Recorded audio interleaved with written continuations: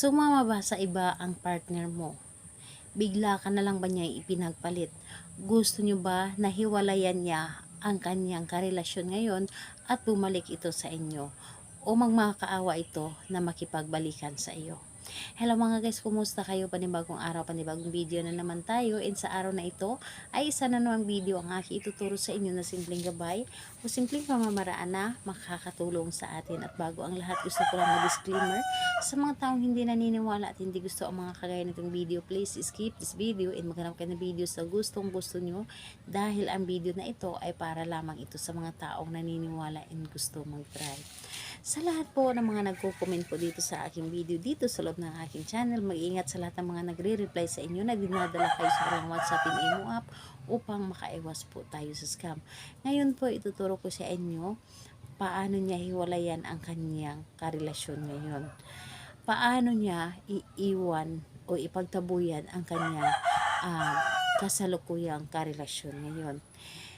Ito ay pwedeng gawin sa parehas ang kasarian, babae ito babae, lalaki ito lalaki. And syempre sa ating babae at lalaki na mag-partner. And ayun po, pwede mo itong gawin kahit na kayo ay magkalapit at magka-LDR sa isa't isa.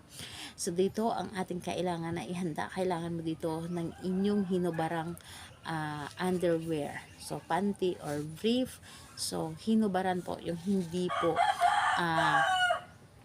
po ito nalabahan. Dapat po ay madumi po ito or hindi pa po ninyo ito nalalabhan, basta ito po ay nasuot niyo na.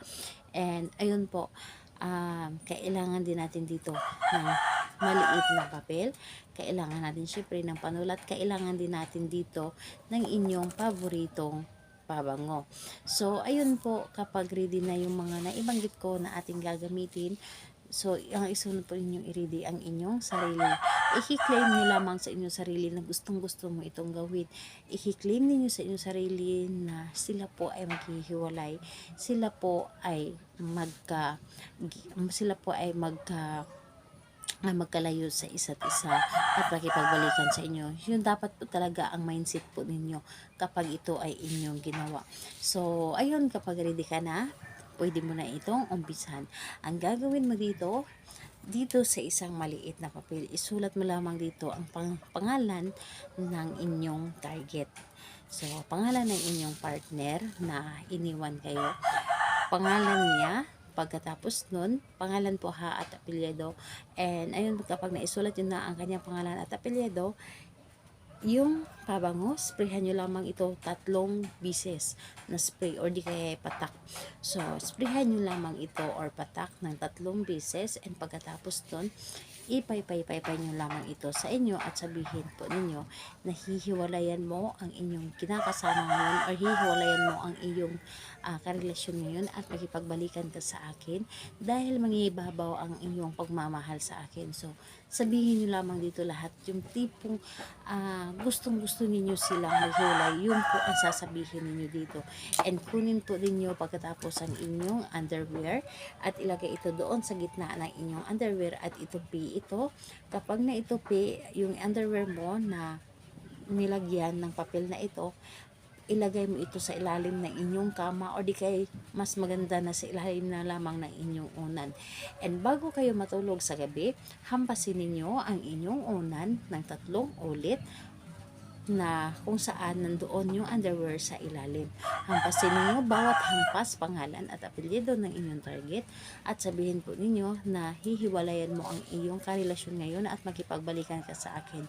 At hampas pangalawa, ganun pa rin, pangalan, apelyido, hihiwalayan mo ang iyong karelasyon ngayon at pakipagbalikan ka sa akin. Pangatlo, ganun pa rin, at bago ka or pagkatapos nun, saka ka humiga or matulog. So, kung magtatanong ka kailan ito pwedeng gawin ito sa araw ng Tuesday and Friday dahil yun po ang malakas na araw na gagawa tayo ng mga ganitong ritual. And ayun po, pagkatapos nun ay kung pakiramdam ninyo na gumana na ang inyong ginawa, huwag ninyo ito agad kunin sa inyong unan. Hayaan nyo muna ito ng mga ilang araw. Saka mo ito kunin at labahan.